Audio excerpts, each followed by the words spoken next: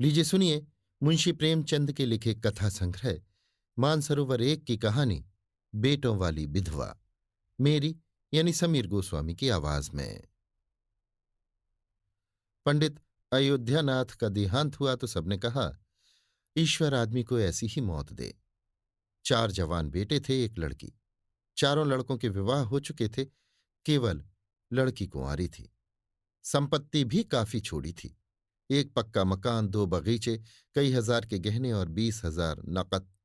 विधवा फूलमती को शोक तो हुआ और कई दिन तक बेहाल पड़ी रही, लेकिन जवान बेटों को सामने देखकर उसे ढांढस हुआ।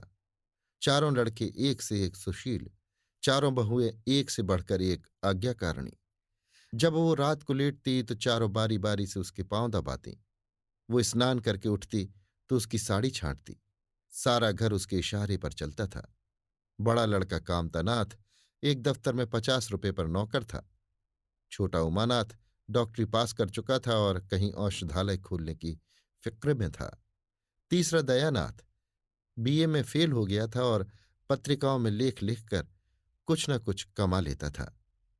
चौथा सीतानाथ चारों में सबसे कुशाग्र बुद्धि और होनहार था और अब की साल बीए प्रथम श्रेणी में पास करके एमए की तैयारी में लगा हुआ था। किसी लड़के में दुर्व्यसन, वो छैलापन, वो लुटाऊपन न था जो माता पिता को जलाता और कुल मर्यादा को डुबाता है। फूलमती घर की मालकिन थी। कोकी कुंजियां बड़ी बहू के पास रहती थी। बुढ़िया में वो अधिकार प्रेम न था जो वृद्धजनों को कटु और कलहशील बना दिया करता है, किंतु उसकी इच्छा के बिना कोई बालक मिठाई तक न मंगा सकता था। संध्या हो गई थी। पंडित को मरे आज 12वां दिन था। कल 13वीं है। ब्रह्म भोज होगा। बिरादरी के लोग निमंत्रित होंगे। उसी की तैयारियां हो रही थीं। फूलमती अपनी कोठरी में बैठी देख रही थी। पल्लेदार बोरे में आटा लाकर रख रहे हैं। घी के टिन आ रहे हैं। शाक भाजी के टोकरे, शक्कर की बोरियां, दही के मटके चले आ रहे हैं। महापात्र के लिए दान की चीजें लाई गई। बर्तन, कपड़े, पलंग, बिछावन, छाते, जूते, छड़ियां, लालटेनें आदि। किंतु फूलमती को कोई चीज नहीं दिखाई गई। नियमानुसार ये सब सामान उसके पास आने चाहिए थे। वो प्रत्येक वस्तु को देखती, उसे पसंद करती, उसकी मात्रा में कमी बेशी का फैसला करती। तब इन चीजों को भंडारे में रखा जाता। क्यों उसे दिखाने और उसकी राय लेने की जरूरत नहीं समझी गई। अच्छा, वो आटा 3 ही बोरा क्यों आया? उसने तो 5 बोरों के लिए कहा था। घी भी 5 ही कनस्तर है। उसने तो 10 कनस्तर मंगवाए थे।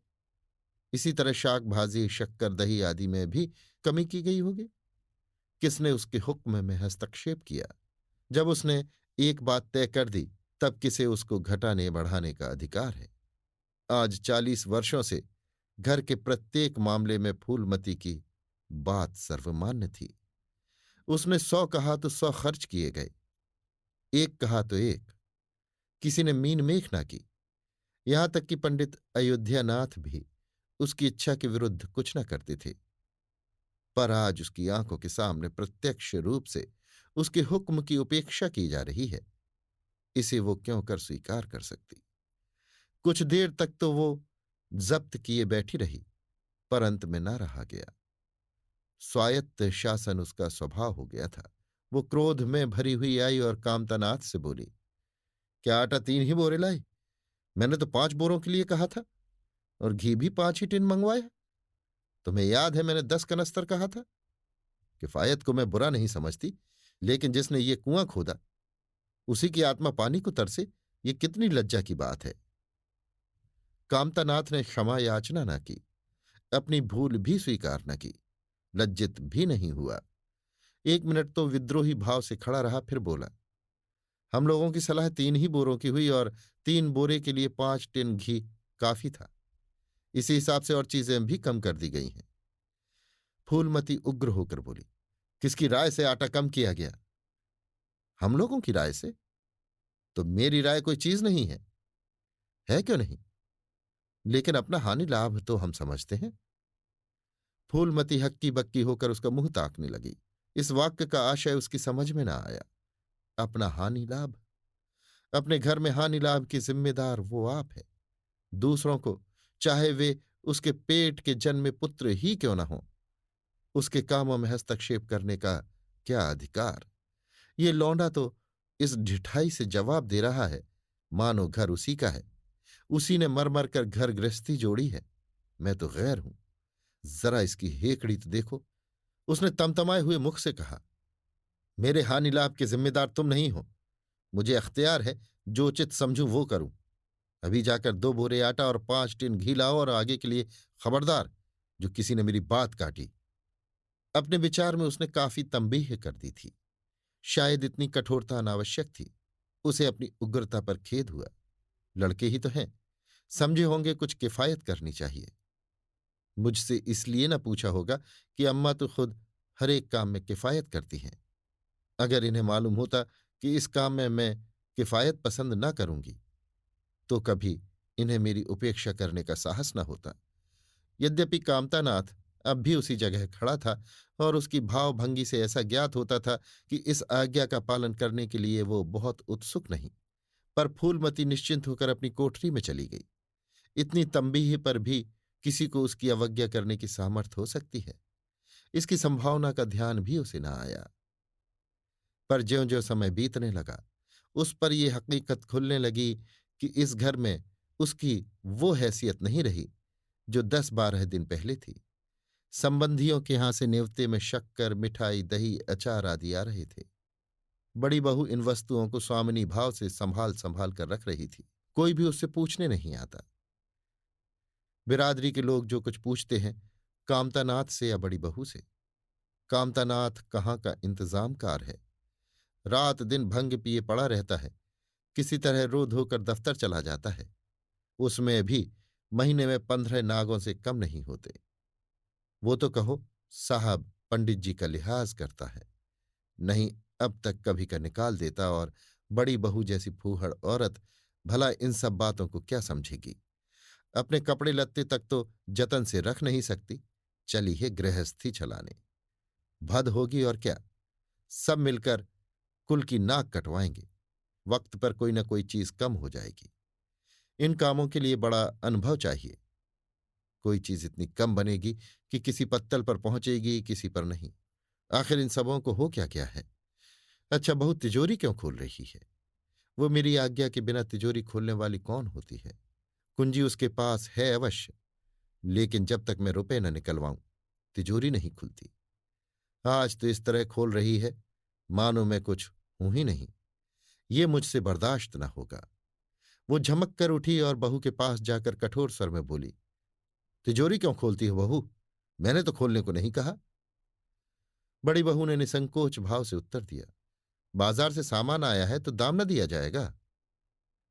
कौन चीज किस भाव में आई है और कितनी आई है ये मुझे कुछ नहीं मालूम। जब तक हिसाब किताब न हो जाए रुपए कैसे दिए जाए? हिसाब किताब सब हो गया है। किसने किया? अब मैं क्या जानूं किसने किया? जाकर मर्दों से पूछो। मुझे हुक्म मिला रुपए लाकर दे दो, रुपए लिए जाती हूं। फूलमती खून का घूंट पीकर रह गई। इस वक्त बिगड़ने का अवसर न था। घर में मेहमान स्त्री पुरुष भरे हुए थे। अगर इस वक्त उसने लड़कों को डांटा तो लोग यही कहेंगे कि इनके घर में पंडित जी के मरते ही फूट पड़ गई। दिल पर पत्थर रखकर फिर अपनी कोठरी में चली गई। जब मेहमान विदा हो जाएंगे तब वो एक एक की खबर लेगी। तब देखेगी कौन उसके सामने आता है और क्या कहता है। इनकी सारी चौकड़ी भुला देगी। किंतु कोठरी के एकांत में भी वो निश्चिंत न बैठी। सारी परिस्थिति को गृध्र दृष्टि से देख रही थी। कहाँ सत्कार का कौन सा नियम भंग होता है, कहाँ मर्यादाओं की उपेक्षा की जाती है।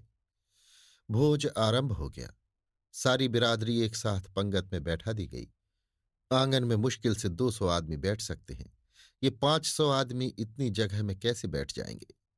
क्या आदमी के ऊपर आदमी बिठाए जाएंगे? 2 पंगतों में लोग बिठाए जाते तो क्या बुराई हो जाती? यही तो होता कि 12 बजे की जगह भोज 2 बजे समाप्त होता। मगर यहां तो सबको सोने की जल्दी पड़ी हुई है। किसी तरह ये बला सिर से टले और चैन से सोएं। लोग कितने सटकर बैठे हुए हैं कि किसी को हिलने की भी जगह नहीं। पत्तल एक पर एक रखे हुए हैं। पूरियां ठंडी हो गईं। लोग गरम गरम मांग रहे हैं। मेहंदी की पूरियां ठंडी होकर चिमड़ी हो जाती हैं। इन्हें कौन खाएगा?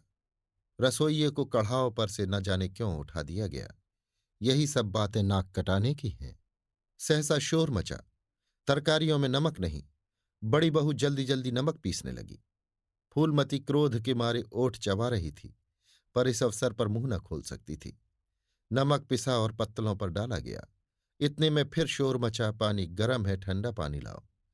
ठंडे पानी का कोई प्रबंध न था। बर्फ भी न मंगाई थी। आदमी बाजार दौड़ाया गया, मगर बाजार में इतनी रात गए बर्फ कहाँ। आदमी खाली हाथ लौट आया। मेहमानों को वही नल का गर्म पानी पीना पड़ा। फूलमती का बस चलता तो लड़कों का मुंह नोच लेती। ऐसी छीछलेदर उसके घर में कभी न हुई थी। उस पर सब मालिक बनने के लिए मरते हैं। बर्फ जैसी जरूरी चीज मंगवाने की भी किसी को सुधि न थी। सुधि कहाँ से रहे जब किसी को गप लड़ाने से फुर्सत मिले। मेहमान अपने दिल में क्या कहेंगे कि चले हैं बिरादरी को भोज देने और घर में बर्फ तक नहीं। अच्छा, फिर ये हलचल क्यों मच गई?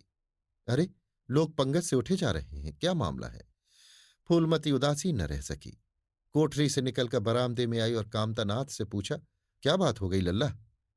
लोग उठे क्यों जा रहे हैं? कामता ने कोई जवाब न दिया, वहां से खिसक गया। फूलमती झुंझला कर रह गई।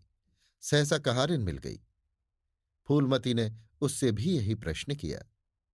मालूम हुआ किसी शोरबे में मरी हुई चूहिया निकल आई। फूलमती चित्रलिखित सी वहीं खड़ी रह गई। भीतर ऐसा उबाल उठा कि दीवार से सिर टकरा ले। अभागे भोज का प्रबंध करने चले थे।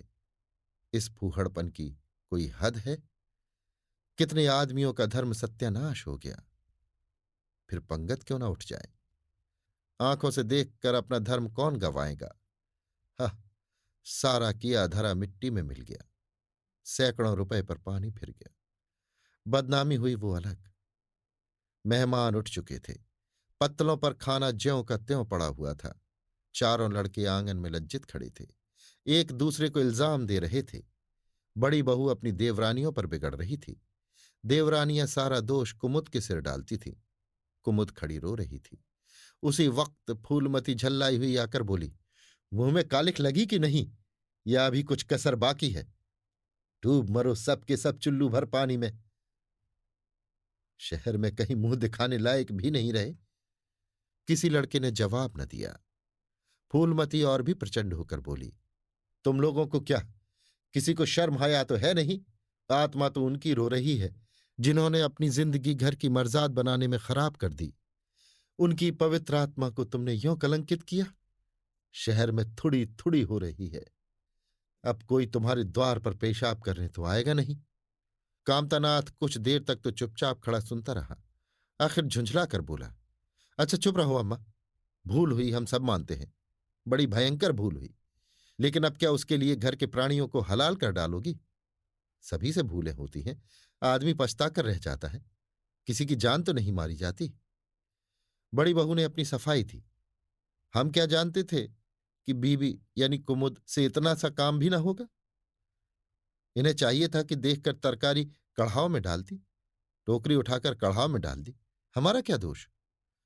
कामतानाथ ने पत्नी को डांटा, इसमें न कुमुद का कसूर है, न तुम्हारा न मेरा। संयोग की बात है, बदनामी भाग में लिखी थी वो हुई। इतने बड़े भोज में एक एक मुट्ठी तरकारी कढ़ाव में नहीं डाली जाती, टोकरे के टुकड़े उड़ेल दिए जाते हैं। कभी कभी ऐसी दुर्घटना होती है, पर इसमें कैसी जग हंसाई और कैसी नक कटाई। तुम खामोखा जले पर नमक छिड़कती हो। फूलमती ने दांत पीस कर कहा, शर्माते तो नहीं, उल्टे और बेहयाई की बातें करते हो। कामतानाथ ने निसंकोच होकर कहा, शर्माऊं क्यों? किसी की चोरी की है? चीनी में चींटे और आटे में घुन ये नहीं देखे जाते। पहले हमारी निगाह न पड़ी, बस यही बात बिगड़ गई। नहीं चुपके से चूहिया निकाल कर फेंक देते, किसी को खबर भी ना होती। फूलमती ने चकित होकर कहा, क्या कहता है? मरी चूहिया खिलाकर सबका धर्म बिगाड़ देता? कामता हंसकर बोला, क्या पुराने जमाने की बात करती हो अम्मा? इन बातों से धर्म नहीं जाता। ये धर्मात्मा लोग जो पत्तल पर से उठ गए हैं, इनमें से कौन है जो भेड़ बकरी का मांस न खाता हो? तालाब के कछुए और घोंघे तक तो किसी से बचते नहीं, जरा सी चूहिया में क्या रखा था? फूलमती को ऐसा प्रतीत हुआ कि अब प्रलय आने में बहुत देर नहीं है। जब पढ़े लिखे आदमियों के मन में ऐसे अधार्मिक भाव आने लगे तो धर्म की भगवान ही रक्षा करें। अपना समूह लेकर चली गई। 2 महीने गुजर गए हैं। रात का समय है। चारों भाई दिन के काम से छुट्टी पाकर कमरे में बैठे गपशप कर रहे हैं। बड़ी बहू भी षड्यंत्र में शरीक है। कुमुद के विवाह का प्रश्न छिड़ा हुआ है। कामतानाथ ने मसनद पर टेक लगाते हुए कहा, दादा की बात दादा के साथ गई। पंडित विद्वान भी हैं और कुलीन भी होंगे, लेकिन जो आदमी अपनी विद्या और कुलीनता को रुपयों पर बेचे वो नीच है। ऐसे नीच आदमी के लड़के से हम कुमुद का विवाह सैंत में भी न करेंगे। 5,000 तो दूर की बात है। उसे बताओ धता और किसी दूसरे वर की तलाश करो। हमारे पास कुल 20,000 ही तो हैं। एक एक के हिस्से में 5-5 हजार आते हैं। 5,000 दहेज में दे दें और 5,000 नेग न्यौछावर बाजे गाजे में उड़ा दें तो फिर हमारी बधिया ही बैठ जाएगी। उमानाथ बोले, मुझे अपना औषधालय खोलने के लिए कम से कम 5,000 की जरूरत है। मैं अपने हिस्से में से एक पाई भी नहीं दे सकता। फिर खुलते ही आमदनी तो होगी नहीं। कम से कम साल भर घर से खाना पड़ेगा। दयानाथ एक समाचार पत्र देख रहे थे। आंखों से ऐनक उतारते हुए बोले, मेरा विचार भी एक पत्र निकालने का है। प्रेस और पत्र में कम से कम 10,000 का कैपिटल चाहिए। 5,000 मेरे रहेंगे तो कोई ना कोई साझेदार भी मिल जाएगा। पत्रों में लेख लिखकर मेरा निर्वाह नहीं हो सकता। कामतानाथ ने सिर हिलाते हुए कहा, अजी राम भजो, सेत में कोई लेख छापता नहीं, रुपए कौन देगा? दयानाथ ने प्रतिवाद किया, नहीं ये बात तो नहीं है। मैं तो कहीं भी बिना पेशगी पुरस्कार लिए नहीं लिखता। कामतानाथ ने जैसे अपने शब्द वापस लिए, तुम्हारी बात मैं नहीं कहता भाई। तुम तो थोड़ा बहुत मार लेते हो, लेकिन सबको तो नहीं मिलता। बड़ी बहू ने श्रद्धा भाव से कहा, कन्या भाग्यवान हो तो दरिद्र घर में भी सुखी रह सकती है। अभागी हो तो राजा के घर में भी रोएगी। ये सब नसीबों का खेल है। कामतानाथ ने स्त्री की ओर प्रशंसा भाव से देखा, फिर इसी साल हमें सीता का विवाह भी तो करना है। सीतानाथ सबसे छोटा था। सिर झुकाए भाइयों की स्वार्थ भरी बातें सुन सुनकर कुछ कहने के लिए उतावला हो रहा था। अपना नाम सुनते ही बोला, मेरे विवाह की आप लोग चिंता न करें। मैं जब तक किसी धंधे में न लग जाऊंगा विवाह का नाम भी न लूंगा। और सच पूछिए तो मैं विवाह करना ही नहीं चाहता। देश को इस समय बालकों की जरूरत नहीं, काम करने वालों की जरूरत है। मेरे हिस्से के रुपए आप कुमुद के विवाह में खर्च कर दें। सारी बातें तय हो जाने के बाद ये उचित नहीं है कि पंडित मुरारी लाल से संबंध तोड़ लिया जाए। उमा ने तीव्र स्वर में कहा, 10,000 कहां से आएंगे? सीता ने डरते हुए कहा, मैं तो अपने हिस्से के रुपए देने को कहता हूं। और शेष? मुरारी लाल से कहा जाए कि दहेज में कुछ कमी कर दें। वे इतने स्वार्थांध नहीं हैं कि इस अवसर पर कुछ बल खाने को तैयार न हो जाए। अगर वो 3,000 में संतुष्ट हो जाए तो 5,000 में विवाह हो सकता है। उमा ने कामतानाथ से कहा, सुनते हैं भाई साहब इसकी बात है? दयानाथ बोल उठे, तो इसमें आप लोगों का क्या नुकसान है? ये अपने रुपए दे रहे हैं, खर्च कीजिए। मुरारी पंडित से हमारा कोई बैर नहीं है। मुझे तो इस बात से खुशी हो रही है कि भला हम में कोई तो त्याग करने योग्य है। इन्हें तत्काल रुपए की जरूरत नहीं है। सरकार से वजीफा पाते ही हैं। पास होने पर कहीं ना कहीं जगह मिल जाएगी। हम लोगों की हालत तो ऐसी नहीं है। कामतानाथ ने दूरदर्शिता का परिचय दिया। नुकसान की एक ही कही। हम में से एक को कष्ट हो तो क्या और लोग बैठे देखेंगे? ये अभी लड़के हैं, इन्हें क्या मालूम समय पर 1 रुपया 1 लाख का काम करता है। कौन जानता है कल इन्हें विलायत जाकर पढ़ने के लिए सरकारी वजीफा मिल जाए या सिविल सर्विस में आ जाए। उस वक्त सफर की तैयारियों में 4-5 हजार रुपये लग जाएंगे। तब किसके सामने हाथ फैलाते फिरेंगे? मैं ये नहीं चाहता कि दहेज के पीछे इनकी जिंदगी नष्ट हो जाए। इस तर्क ने सीतानाथ को भी तोड़ लिया। सकुचाता हुआ बोला, हाँ यदि कुछ ऐसा हुआ तो बेशक मुझे रुपए की जरूरत होगी। क्या ऐसा होना असंभव है? असंभव तो मैं नहीं समझता, लेकिन कठिन अवश्य है। वजीफे उन्हें मिलते हैं जिनके पास सिफारिशें होती हैं, मुझे कौन पूछता है। कभी कभी सिफारिशें धरी रह जाती हैं और बिना सिफारिश वाले बाजी मार ले जाते हैं। तो आप जैसा उचित समझे। मुझे यहां तक मंजूर है कि चाहे विलायत न जाऊं पर कुमुद अच्छे घर जाए। कामतानाथ ने निष्ठा भाव से कहा, अच्छा घर दहेज देने ही से नहीं मिलता भैया। जैसा तुम्हारी भाभी ने कहा, ये नसीबों का खेल है।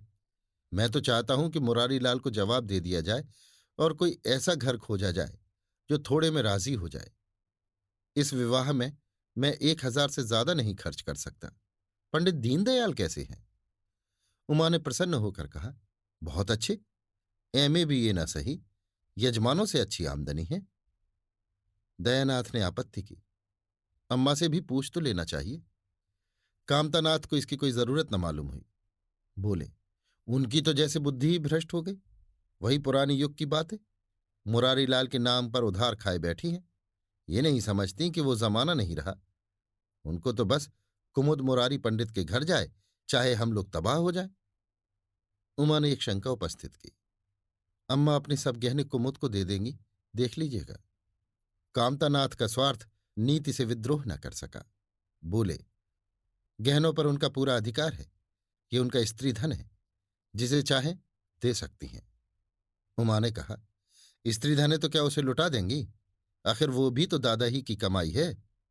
किसी की कमाई हो, स्त्री धन पर उनका पूरा अधिकार है। ये कानूनी गोरख धंधे है। 20,000 में तो 4 हिस्सेदार हों और 10,000 के गहने अम्मा के पास रह जाएं। देख लेना, इन्हीं के बल पर वो कुमुद का विवाह मुरारी पंडित के घर करेंगी। उमानाथ इतनी बड़ी रकम को इतनी आसानी से नहीं छोड़ सकता। वो कपट नीति में कुशल है।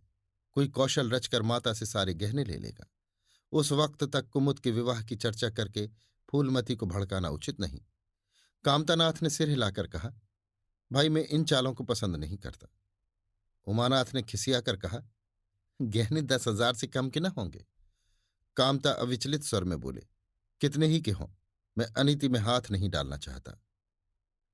तो आप अलग बैठिए, हम बीच में भांजी न मारिएगा। मैं अलग रहूंगा।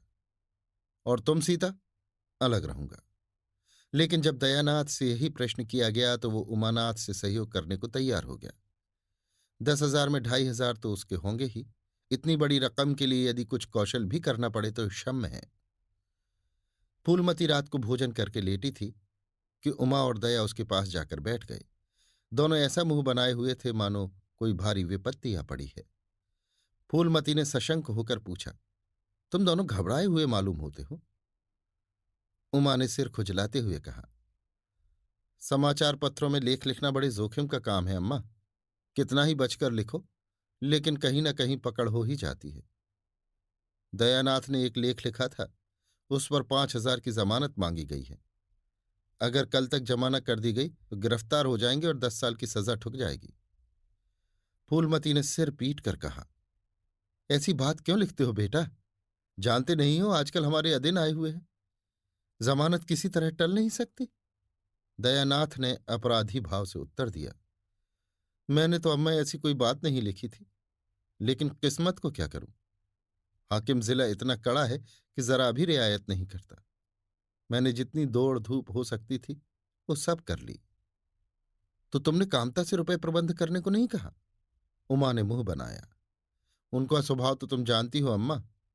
उन्हें रुपए प्राणों से प्यारे हैं। इन्हें चाहे काला पानी ही हो जाए, वो एक पाई न देंगे। दयानाथ ने समर्थन किया, मैंने तो उनसे इसका जिक्र ही नहीं किया। फूलमती ने चारपाई से उठते हुए कहा, चलो मैं कहती हूं, देगा कैसे नहीं? रुपए इसी दिन के लिए होते हैं कि गाड़ कर रखने के लिए? उमानाथ ने माता को रोककर कहा, नहीं अम्मा, उनसे कुछ न कहो। रुपए तो न देंगे, उल्टे और हाय हाय मचाएंगे। उनको अपनी नौकरी की खैरियत मनानी है। इन्हें घर में रहने भी न देंगे। अफसरों में जाकर खबर दे दें तो आश्चर्य नहीं। फूलमती ने लाचार होकर कहा, तो फिर जमानत का क्या प्रबंध करोगे? मेरे पास तो कुछ नहीं है। हाँ, मेरे गहने हैं, इन्हें ले जाओ, कहीं गिरों रखकर जमानत दे दो, और आज से कान पकड़ो कि किसी पत्र में एक शब्द भी न लिखोगे। दयानाथ कानों पर हाथ रखकर बोला, यह तो संभव नहीं हो सकता अम्मा कि तुम्हारे जेवर लेकर मैं अपनी जान बचाऊं। 10-5 साल की कैद ही तो होगी, झेल लूंगा। यहीं बैठा बैठा क्या कर रहा हूं। फूलमती छाती पीटते हुए बोली, कैसी बातें मुंह से निकालते हो बेटा।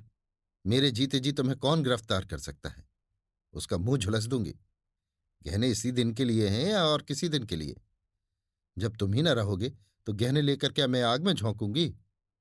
उसने पिटारी लाकर सामने रख दी। दया ने उमा की ओर जैसे फरियाद की आंखों से देखा और बोला, आपकी क्या राय है भाई साहब? इसी मारे मैं कहता था अम्मा को बताने की जरूरत नहीं, जेल ही तो हो जाती है और कुछ। उमा ने जैसे सिफारिश करते हुए कहा, यह कैसे हो सकता था कि इतनी बड़ी वारदात हो जाती और अम्मा को खबर न होती? मुझसे ये नहीं हो सकता था कि सुनकर पेट में डाल लेता। मगर अब करना क्या चाहिए, ये मैं खुद निर्णय नहीं कर सकता। ना तो यही अच्छा लगता है कि तुम जेल जाओ और ना यही अच्छा लगता है कि अम्मा के गहने गिरों रखे जाएं। फूलमती ने व्यथित कंठ से कहा, क्या तुम समझते हो मुझे गहने तुमसे ज्यादा प्यारे हैं? मैं तो प्राण तक तुम्हारे ऊपर न्यौछावर कर दूं। गहनों की बिसात ही क्या है? दया ने दृढ़ता से कहा, अम्मा तुम्हारे गहने तो न लूंगा, चाहे मुझ पर कुछ ही क्यों ना आ पड़े। जब आज तक तुम्हारी कुछ सेवा न कर सका तो किस मुंह से तुम्हारे गहने उठा ले जाऊं? मुझ जैसे कपूत को तो तुम्हारी कोख से जन्म ही न लेना चाहिए था। सदा तुम्हें कष्ट ही देता रहा। फूलमती ने भी उतनी ही दृढ़ता से कहा, अगर यो न लोगे तो मैं खुद जाकर इन्हें गिरौं रख दूंगी और खुद हाकिम जिला के पास जाकर जमानत जमा कराऊंगी। अगर इच्छा हो तो ये परीक्षा भी ले लो। आंखें बंद हो जाने के बाद क्या होगा भगवान जाने, लेकिन जब तक जीती हूं तुम्हारी ओर कोई तिरछी आंखों से देख नहीं सकता। उमानाथ ने मानो माता पर एहसान रखकर कहा, अब तो तुम्हारे लिए कोई रास्ता नहीं रहा दयानाथ। क्या हरज है, ले लो। मगर याद रखो, ज्यों ही हाथ में रुपए आ जाएं गहने छुड़ाने पड़ेंगे। सच कहते हैं मातृत्व दीर्घ तपस्या है। माता के सिवा इतना स्नेह और कौन कर सकता है? हम बड़े अभागे हैं कि माता के प्रति जितनी श्रद्धा रखनी चाहिए उसका शतांश भी नहीं रखते। दोनों ने जैसे बड़े धर्म संकट में पड़कर गहनों की पिटारी संभाली और चलते बने। माता वात्सल्य भरी आंखों से उनकी ओर देख रही थी और उसकी संपूर्ण आत्मा का आशीर्वाद जैसे उन्हें अपनी गोद में समेट लेने के लिए व्याकुल हो रहा था। आज कई महीने के बाद उसके भग्न मातृ हृदय को अपना सर्वस्व अर्पण करके जैसे आनंद की विभूति मिली। उसकी स्वामिनी कल्पना इसी त्याग के लिए, इसी आत्मसमर्पण के लिए जैसी कोई मार्ग ढूंढती रहती थी। अधिकार या लोभ या ममता की वहां गंध तक न थी। त्याग ही उसका आनंद और त्याग ही उसका अधिकार है। आज अपना खोया हुआ अधिकार पाकर अपनी सिरजी हुई प्रतिमा पर अपने प्राणों की भेंट करके वो निहाल हो गई। 3 महीने और गुजर गए। मां के गहनों पर हाथ साफ करके चारों भाई उसकी दिलजोई करने लगे थे। अपनी स्त्रियों को भी समझाते थे कि उसका दिल न दुखाएं। अगर थोड़े से शिष्टाचार से उसकी आत्मा को शांति मिलती है तो इसमें क्या हानि है? चारों करते अपने मन की, पर माता से सलाह ले लेते या ऐसा जाल फैलाते कि वो सरला उनकी बातों में आ जाती और हर एक काम में सहमत हो जाती। बाग को बेचना उसे बहुत बुरा लगता था, लेकिन चारों ने ऐसी माया रची कि वो उसे बेचने पर राजी हो गई। किंतु कुमुद के विवाह के विषय में मतैक्य न हो सका। मां पंडित मुरारी लाल पर ही जमी हुई थी, लड़के दीनदयाल पर अड़े हुए थे। एक दिन आपस में कलह हो गई। फूलमती ने कहा, माँ बाप की कमाई में बेटी का हिस्सा भी है। तुम्हें 16,000 का एक बाग मिला, 25,000 का एक मकान, 20,000 नकद में, क्या 5,000 भी कुमुद का हिस्सा नहीं है? कामता ने नम्रता से कहा, अम्मा कुमुद आपकी लड़की है तो हमारी बहन है। आप 2-4 साल में प्रस्थान कर जाएंगी, पर हमारा और उसका बहुत दिनों तक संबंध रहेगा। तब हम यथाशक्ति कोई ऐसी बात न करेंगे जिससे उसका अमंगल हो। लेकिन हिस्से की बात कहती हो तो कुमुद का हिस्सा कुछ नहीं। दादा जीवित थे तब और बात थी, वो उसके विवाह में जितना चाहते खर्च करते, कोई उनका हाथ न पकड़ सकता था। लेकिन अब तो हमें एक एक पैसे की किफायत करनी पड़ेगी। जो काम 1,000 में हो जाए उसके लिए 5,000 खर्च करना कहाँ की बुद्धिमानी है? उमानाथ ने सुधारा, 5,000 क्यों, 10,000 कहिए। कामता ने भंवों से कोड़कर कहा, नहीं, मैं 5,000 ही कहूंगा। एक विवाह में 5,000 खर्च करने की हमारी हैसियत नहीं है। फूलमती ने जिद पकड़कर कहा, विवाह तो मुरारी लाल के पुत्र से ही होगा। 5,000 खर्च हो चाहे 10,000, मेरे पति की कमाई है, मैंने मर मर कर जोड़ा है। अपनी इच्छा से खर्च करूंगी। तुम्ही ने मेरी कोख से नहीं जन्म लिया, कुमुद भी उसी कोख से आई है। मेरी आंखों में तुम सब बराबर हो। मैं किसी से कुछ मांगती नहीं, तुम बैठे तमाशा देखो, मैं सब कुछ कर लूंगी। 20,000 में 5,000 कुमुद का है।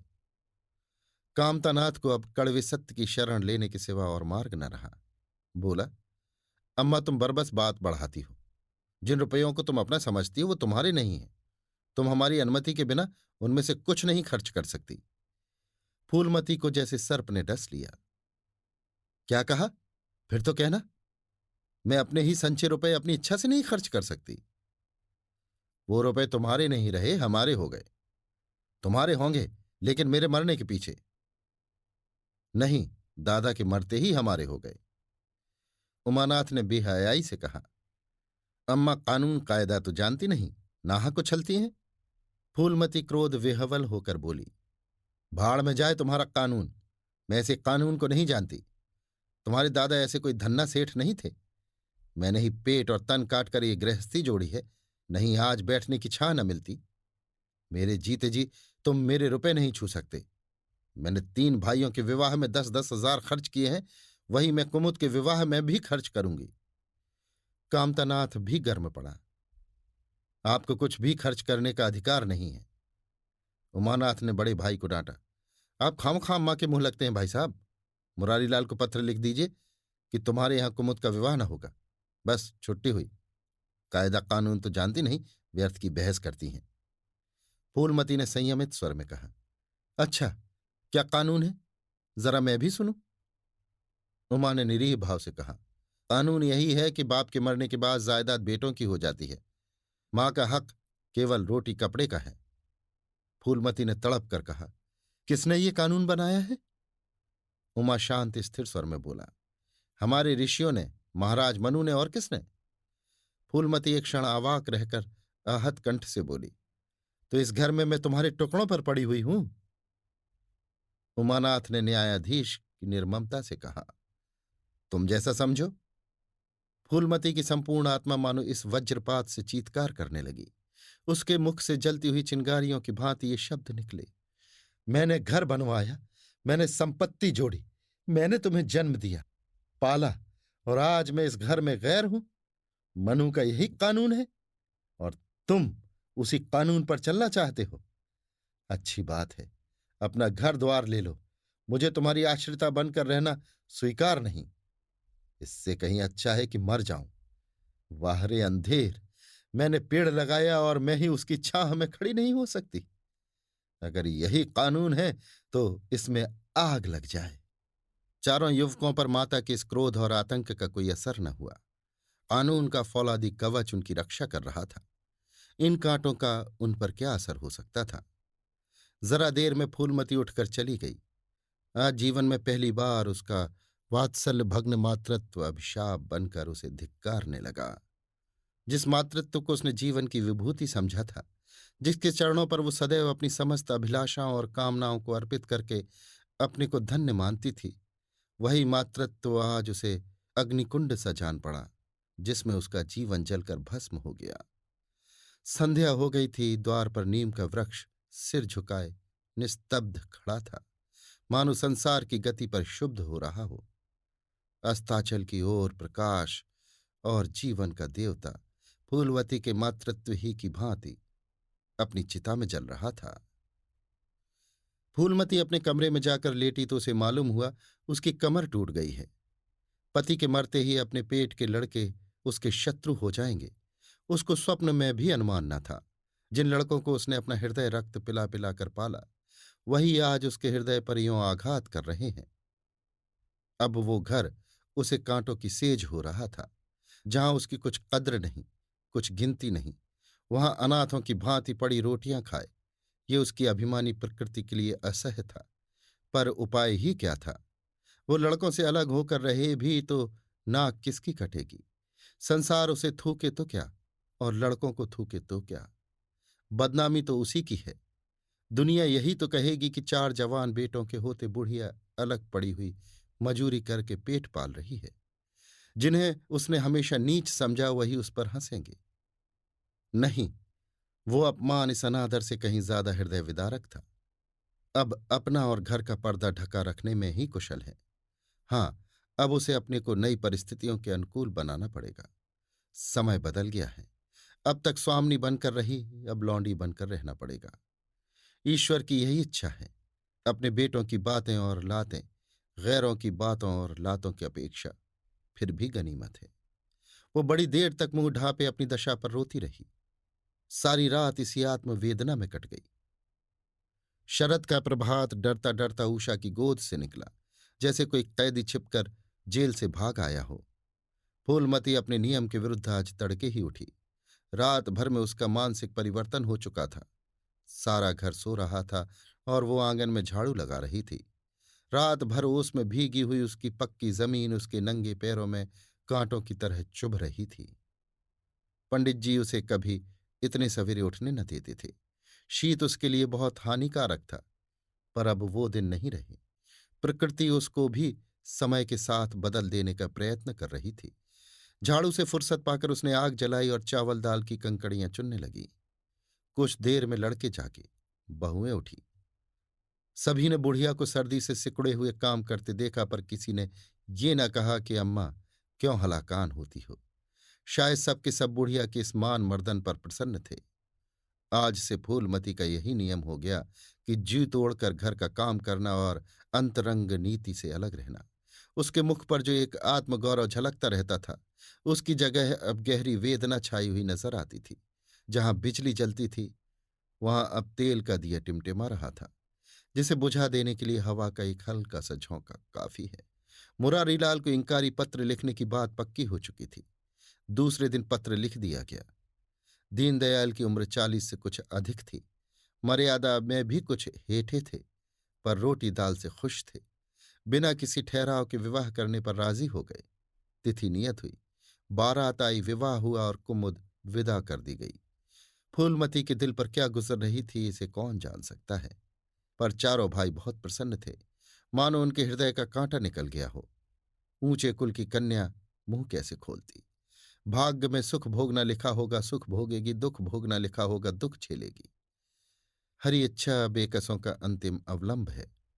घर वालों ने जिससे विवाह कर दिया, उसमें हजार ऐब हों तो भी वो उसका उपास, उसका स्वामी है। प्रतिरोध उसकी कल्पना से परे था। फूलमती ने किसी काम में दखल न दिया।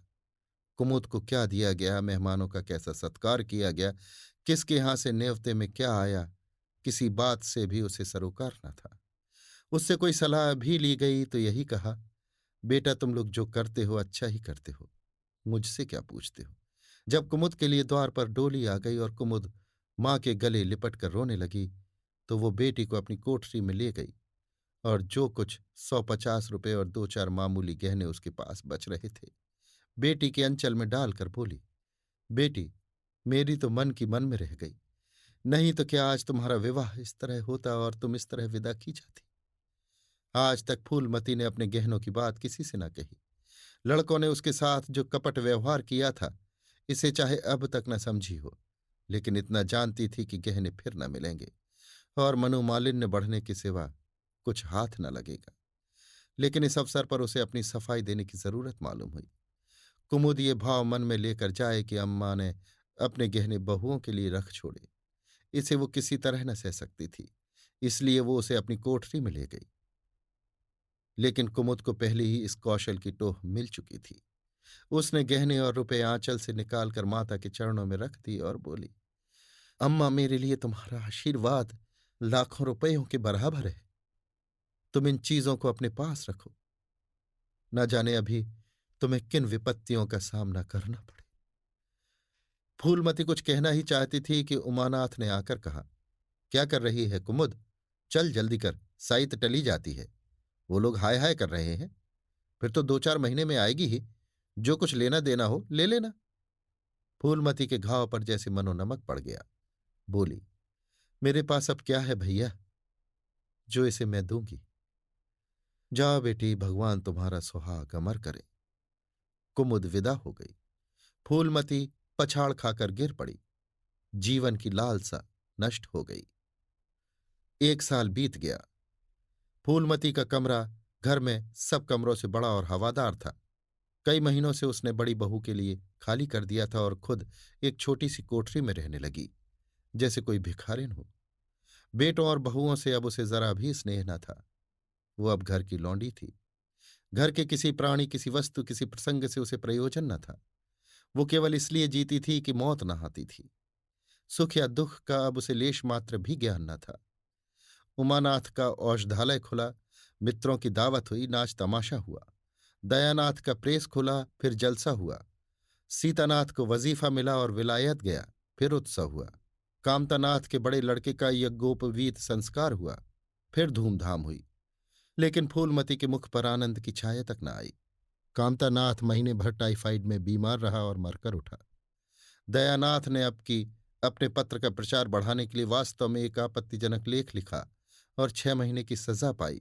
उमानाथ ने फौजदारी के मामले में रिश्वत लेकर गलत रिपोर्ट लिखी और उसकी सनद छीन ली गई। फूलमती के चेहरे पर रंज की परछाई तक न पड़ी। उसके जीवन में अब कोई आशा, कोई दिलचस्पी, कोई चिंता न थी। बस पशुओं की तरह काम करना और खाना, यही उसकी जिंदगी के दो काम थे। जानवर मारने से काम करता है, पर खाता है मन से। फूलमती बेकहे काम करती थी, पर खाती थी विष के कौर की तरह। महीनों सिर में तेल न पड़ता, महीनों कपड़े न धुलते, कुछ परवाह नहीं। चेतना शून्य हो गई थी। सावन की झड़ी लगी हुई थी। मलेरिया फैल रहा था। आकाश में मटियाले बादल थे, जमीन पर मटियाला पानी। आर्द्र वायु शीत, ज्वर और श्वास का वितरण करती फिरती थी। घर की मेहरी बीमार पड़ गई। फूलमती ने घर के सारे बर्तन मांजे, पानी में भीग भीग कर सारा काम किया, फिर आग जलाई और चूल्हे पर पतीलियां चढ़ा दी। लड़कों को समय पर भोजन मिलना चाहिए। सहसा उसे याद आया, कामतानाथ नल का पानी नहीं पीते। उसी वर्षा में गंगा जल लाने चली। कामतानाथ ने पलंग पर लेटे लेटे कहा, रहने दो अम्मा, मैं पानी भर लाऊंगा। आज मेहरी खूब बैठ रही। फूलमती ने मटियाले आकाश की ओर देखकर कहा, तुम भीग जाओगे बेटा, सर्दी हो जाएगी। कामतानाथ बोले, तुम भी तो भीग रही हो, कहीं बीमार न पड़ जाओ। फूलमती निर्मम भाव से बोली, मैं बीमार न पड़ूंगी, मुझे भगवान ने अमर कर दिया है। उमानाथ भी वहीं बैठा हुआ था। उसके औषधालय में कुछ आमदनी न होती थी, इसलिए बहुत चिंतित था। भाई भावच की मुंह देखी करता रहता था। बोला, जाने भी दो भैया, बहुत दिनों बहुओं पर राज कर चुकी हैं, उसका प्रायश्चित तो करने दो। गंगा बढ़ी हुई थी, जैसे समुद्र हो। क्षितिज सामने के कूल से मिला हुआ था। किनारों के वृक्षों की केवल फुनगियां पानी के ऊपर रह गई थीं। घाट ऊपर तक पानी में डूब गए थे। फूलमती कलसा लिए नीचे उतरी। पानी भरा और ऊपर जा रही थी कि पांव फिसला, संभल न सकी, पानी में गिर पड़ी। पल भर हाथ पांव चलाए, फिर लहरें उसे नीचे खींच ले गईं। किनारे पर 2-4 पंडित चिल्लाए, अरे दौड़ो, बुढ़िया डूबी जाती है। 2-4 आदमी दौड़े भी, लेकिन फूलमती लहरों में समा गई थी, उन बल खाती हुई लहरों में जिन्हें देखकर ही हृदय कांप उठता था। एक ने पूछा, ये कौन बुढ़िया थी? अरे वही पंडित अयोध्यानाथ की विधवा है। अयोध्यानाथ तो बड़े आदमी थे। हाँ थे तो, पर इसके भाग्य में ठोकर खाना लिखा था। उनके तो कई लड़के बड़े बड़े हैं और सब कमाते हैं। हाँ सब हैं भाई, मगर भाग्य भी तो कोई वस्तु है। अभी आप सुन रहे थे मुंशी प्रेमचंद के लिखे कथा संग्रह मानसरोवर 1 की कहानी बेटों वाली विधवा, मेरी यानी समीर गोस्वामी की आवाज में।